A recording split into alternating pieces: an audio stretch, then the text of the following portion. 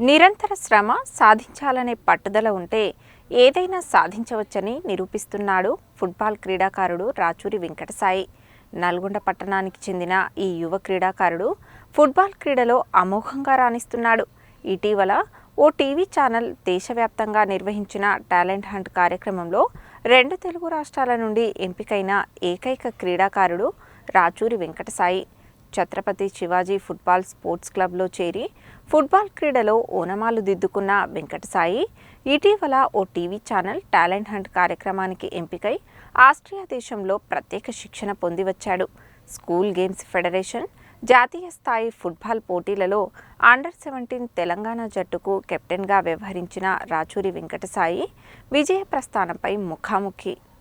Football క్రీడలో అంచెలంచెలుగా ఎదుగుతూ జాతీయ స్థాయి క్రీడాకారునిగా ఎదిగాడు రాచూరి వెంకటసాయి. ఇతను నల్గొండ జిల్లాకు చెందిన వ్యక్తే.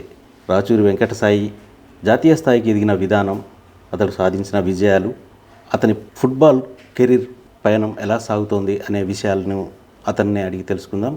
Good afternoon Sai. వస్తున్నాను సార్. ఎలా సాగుతోంది? ఇప్పుడు చాలా మంచిగా చదువుతుంది సార్. ఓకే, ఏం చదువుతున్నావు?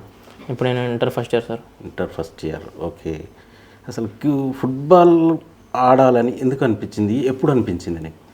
చిన్నప్పటి నుంచి కూడా మా నాన్న నన్ను గ్రౌండ్కి తీసుకెళ్ళడం జరిగింది. ఎంజాయ్ కాలేజ్ తీసుకెళ్ళి రోజు డైలీ రన్నింగ్ చేయించడం జరిగింది.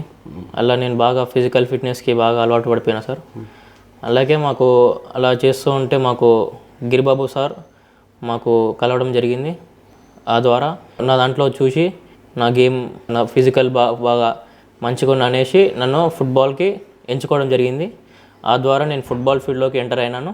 అలాగే రాణిస్తున్నాను సార్. ఓకే, ముందు ఎక్కడ అంటే జిల్లా స్థాయిలోనా మండల స్థాయిలోనా ఎక్కడ ఫస్ట్ విజయం ఎక్కడ నీకు? ఫస్ట్ 2023లో జూనియర్ నేషనల్ అన్నాను సార్. అదే నా first national. Okay, first national మధ్యప్రదేశ్లో అన్నా సార్. ఓకే, ఎక్కడ సెలక్షన్ ఎక్కడ జరిగింది, ఎవరు చేశారు? అది హైదరాబాద్లో జిమ్ఖానా గ్రౌండ్స్లో అయింది సార్. ఓకే, జిమ్ఖానాలో సెలెక్షన్స్ అయింది. సెలెక్షన్స్లో 1 మంత్ క్యాంప్ పెట్టినారు. 1 మంత్ బాగా హార్డ్ ట్రైనింగ్ అయిపోయాక టోర్నమెంట్ తీసుకెళ్ళారు సార్. ఓకే ఓకే, అక్కడ రిజల్ట్ ఏంటి? అక్కడ రిజల్ట్ అన్నాం సార్, మంచిగా అన్నాం. 3 మ్యాచ్లు గెలిచినాం, 1 మ్యాచ్ ఓడిపోయినాం సార్. ఓకే, ఇప్పుడు తెలంగాణ అండర్-17 ఫుట్బాల్ జట్టు కెప్టెన్ మీరే కదా? అవును సార్. ఓకే, ఇక్కడ దాకా రావడానికి కారణం ఏంటి? అసలు నేను ఇంతగానో ఎవరు ప్రోత్సహించారు క్రీడలో?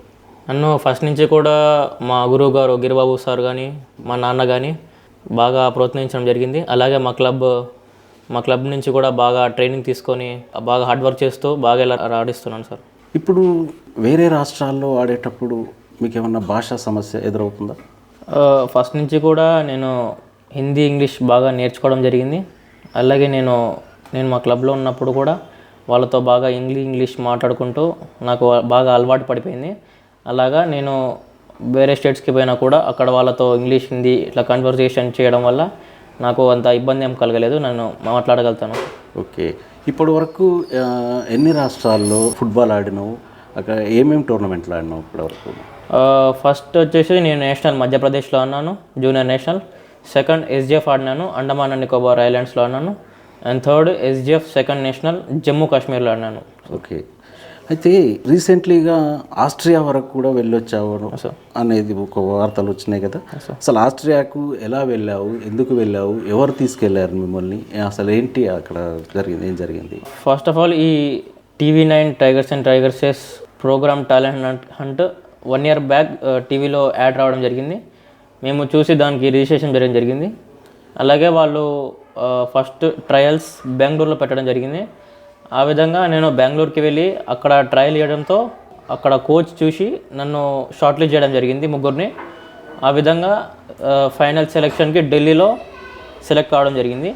అలాగే ఢిల్లీకి వెళ్ళి ఢిల్లీలో కూడా ఫైనల్ సెలెక్షన్లో సెలెక్ట్ కావడం జరిగింది సార్. ఓకే, ఢిల్లీలో సెలెక్షన్ అయిపోయిన తర్వాత ఆస్ట్రియా పంపించారు? Yes sir. ఓకే, ఢిల్లీలో సెలెక్ట్ అయిపోయాక ఫస్ట్ ఆఫ్ ఆల్ మా వీసా ప్రాసెస్ అవన్నీ చేశారు సార్. అవన్నీ అయిపోయిన తర్వాత WATT గ్లోబల్ సమ్మిట్ ప్రోగ్రాంలో మమ్మల్ని పిలవడం జరిగింది సార్. అందులోనే మాకు ప్రధానమంత్రి నరేంద్ర మోడీ చేతిలో ఫోటో దిగడం జరిగింది సార్. ఓకే, ఆస్ట్రియాలో మీకు 10 రోజుల శిక్షణ ఇచ్చారు కదా సార్? అంటే మీరు ఇక్కడ ఆడుతున్న విధానానికి అక్కడికి ఏమైనా తేడా ఉందా? First of all European football అంటేనే వేరు సార్. వాళ్ళు అక్కడ చాలా ఫాస్ట్గా ఉంటారు. చాలా స్పీడ్గా ఉంటారు, చాలా టెక్నికల్ చాలా బాగుంటారు సార్. అక్కడ పోయి మేము అక్కడ కోచెస్తో మాట్లాడుకుంటూ చాలా ట్రైనింగ్ తీసుకుంటుంటూ మాకు చాలా మంచిగా అనిపించింది సార్. చాలా స్పీడ్గా ఉంటుంది వాళ్ళ ట్రైనింగ్, వాళ్ళు చాలా డిఫరెంట్ సార్. ఇంకా వాళ్ళు అంటే ఎట్లా మీకు ఏం డిఫరెన్స్ కనిపించింది? డిఫరెంట్ అంటే వాళ్ళు ఫుడ్లో కానీ వాళ్ళ డిసిప్లిన్లో కానీ వాళ్ళు అన్ని విధంగా వాళ్ళు ఫస్టే ఉంటారు సార్. ఇంకా అక్కడ చూసి మేము నేర్చుకున్నాం సార్. ఓకే, అక్కడ మీకు బేసిక్గా ఏం ఎక్కువ నేర్పారు అక్కడ మీకు? అక్కడ మాకు ఎక్కువ నేర్పింది టైమింగ్ సార్, ఇంకా rest and food sir. Okay, అంటే గేమ్కు సంబంధించి మీకు సంబంధించింది అయితే బాగా ఫోకసింగ్ చేయాలి, ఎప్పుడు ఏం చేస్తున్నాం అనేది చేయాలి. ఇంకా పాసింగ్ చేయడం నేర్చుకున్నాం సార్. పాసింగ్ తర్వాత చిన్నగా టాక్టికల్గా పొజిషనింగ్ అని, షూటింగ్ కానీ, అలాగే ఫిట్నెస్ కానీ మాకు, అలాగే లాస్ట్లో రేస్పో ట్రైనింగ్ ప్రోగ్రామ్ ఫిట్నెస్ టెస్ట్ చేయడం జరిగింది సార్. అలాగా మేము చాలా ఇంప్రూవ్ అయినాం సార్. ఓకే, మొత్తం ఎంతమంది వేరు ఇండియా నుండి? ఇండియా నుంచి 26 మంది వేరు సార్. ఓకే, 26 మందిలో ఆంధ్రప్రదేశ్, తెలంగాణ రాష్ట్రాల నుండి ఎన్నికైన ఏకైక వ్యక్తి మీరే కదా? అవును సార్. ఇంకా ఎవరు రాలేదు సార్. అంత 26 మందిలో తెలంగాణ, ఆంధ్రప్రదేశ్ రాష్ట్రాల నుండి ఏకైక వ్యక్తిగా నువ్వు ఎంపికైనప్పుడు నీకు ఎట్లా అనిపించింది? నాకు చాలా మంచిగా అనిపించింది సార్. ఎందుకంటే నేను పోయి ట్రయల్ వేయడం జరిగింది బెంగళూరులో, కానీ అక్కడ సెలెక్ట్ అయ్యి ఢిల్లీలో ఫైనల్ ట్రయల్ వేయడం జరిగింది. అక్కడ సెలెక్ట్ అయ్యి నేను పోయినా సార్. చాలా మంచిగా అనిపించింది నాకు. అంటే ఎట్లా నీకు అంటే ఆ రోజు ఫైనల్కు జట్టుకు ఎంపిక అయినప్పుడు ఆ 26 మందిలో నేను కూడా ఉన్నా అనే సమాచారం నీకు తెలిసినప్పుడు ఎట్లా అనిపించింది? అప్పుడు ఆ సంతోషం దాన్ని ఎవరితో పంచుకున్నావు నువ్వు ముందుగా? నేను ఫైనల్ సెలెక్షన్ కాగానే ఫస్ట్ నేను మా నాన్నకు ఫోన్ చేశాను సార్. మా నాన్నకు ఫోన్ చేసి విషయం చెప్పగానే అతను చాలా సంతోషించిండు సార్. అతనికి చెప్పాను, తర్వాత ఎమ్మటే మా గురుగారికి గిరిబాబు సార్కి చెప్పాను సార్. అతను కూడా చాలా సంతోషించాడు సార్. అయితే మధ్యాహ్నం శ్రీనిధి అకాడమీలో కూడా శిక్షణ తీసుకున్నట్టుంది కదా? Yes sir. ఓకే, ఎన్నేళ్ళు జరిగింది అక్కడ? శ్రీనిధిలో నేను 3 సంవత్సరాల ట్రైనింగ్ తీసుకున్నాను సార్. ఓకే, శ్రీనిధిలో 3 సంవత్సరాలు 2021 నుంచి 2024 వరకు తీసుకున్నాం సార్. Okay sir. ఓకే, శ్రీనిధిలో తీసుకున్న ట్రైనింగ్ నీకు ఎంతవరకు ఉపయోగపడింది? శ్రీనిధిలో నేను ఫస్ట్ నుంచి కూడా అండర్ 13 నుంచి సెలెక్ట్ కావడం జరిగింది. అండర్ 13 టు అండర్ 17 వరకు నేను 3 సంవత్సరాలు ఆడాను సార్. అక్కడ నేను బాగా ప్రొఫెషనల్గా బాగా ఇంప్రూవ్ కావడం జరిగింది సార్. నా గేమ్ కానీ, నా డిసిప్లిన్ కానీ, నా మైండ్ సెట్ కానీ, ఫోకస్ అంతే అక్కడనే గేమ్ ఎక్కువ ఇంప్రూవ్ అయింది సార్. ఓకే, అంతర్జాతీయ క్రీడ, ఫుట్బాల్ అంటే అంతర్జాతీయ క్రీడ. సార్. ఈ క్రీడని ఎంచుకోవడానికి ప్రధాన కారణం ఏంటి? అసలు మన దగ్గర క్రికెట్ అంటే బాగా క్రేజ్ ఉంటుంది కదా, అట్లాంటి క్రేజీ గేమ్ను వదిలేసి ఫుట్బాల్కి పోవాలని ఎందుకు అనిపించింది? ఫస్ట్ ఆఫ్ ఆల్ ఫుట్బాల్ అనేది ప్రపంచంలో నెంబర్ 1 గేమ్. అలాగే నాకు అది ఆడడంలో చాలా సంతోషంగా ఉంది, అలాగే చాలా ధైర్యం కూడా ఉంది. నాకు తెలుసు నేను ఆడతానని, అందుకే తీసుకున్నాను సార్ నేను. Okay sir. ఇప్పుడు నీ టార్గెట్ ఏంటి?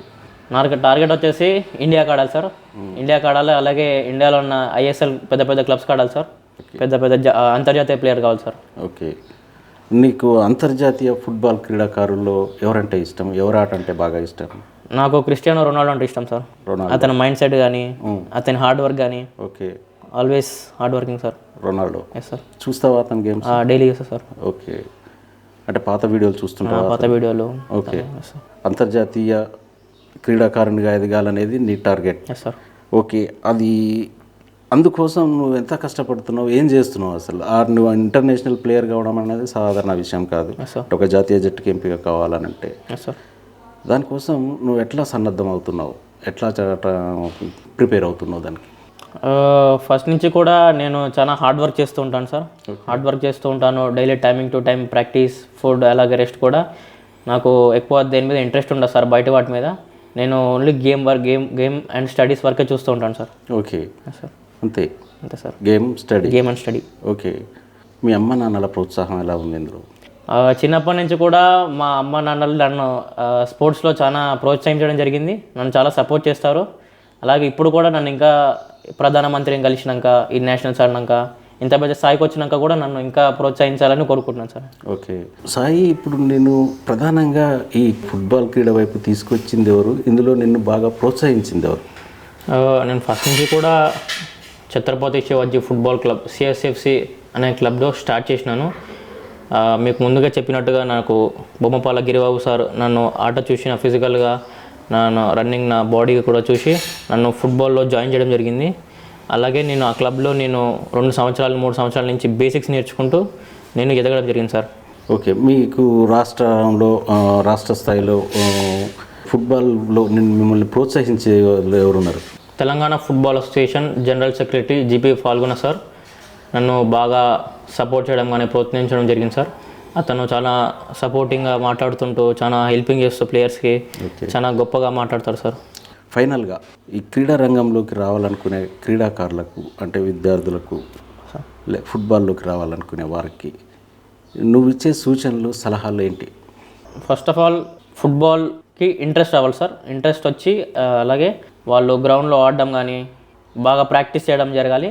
అలాగే హార్డ్ వర్కింగ్ చేయాలి సార్. హార్డ్ వర్కింగ్ చేస్తూ ఉంటే అక్కడ ఉన్న కోచెస్ కానీ వీళ్ళు చూసి వాళ్ళని హార్డ్ వర్క్ అంటే ఎట్లా? నీ దృష్టిలో హార్డ్ వర్క్ అంటే ఏంటి? కష్టపడాలి సార్, బాగా కష్టపడాలి. టైం టు టైం టైమింగ్ ఉండాలి. Mind set always focusing on the game. Okay, all the best Venkata Sai. నువ్వు త్వరలోనే అంతర్జాతీయ స్థాయికి ఎదిగి దేశానికి కీర్తి ప్రతిష్టలు తేవాలని కోరుకుంటూ all the best. Thank you sir. ఇది వెంకట సాయి సక్సెస్ స్టోరీ.